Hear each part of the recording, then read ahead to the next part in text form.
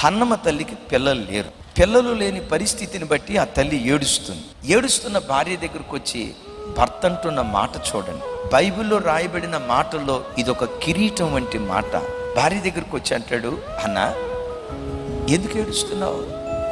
పిల్లలు లేరని. ఎప్పుడైనా నీకు పిల్లలు లేరని కానీ, నువ్వు గుడ్రాలువని కానీ, నీకు పిల్లలు పుట్టలేదని కానీ ఎప్పుడైనా ఒక మాట నానా?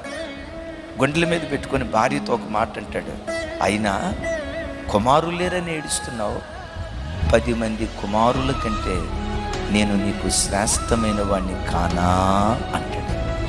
భర్త తన భార్యతో ఎవరితో పోల్చుకొని మాట్లాడుతున్నాడు?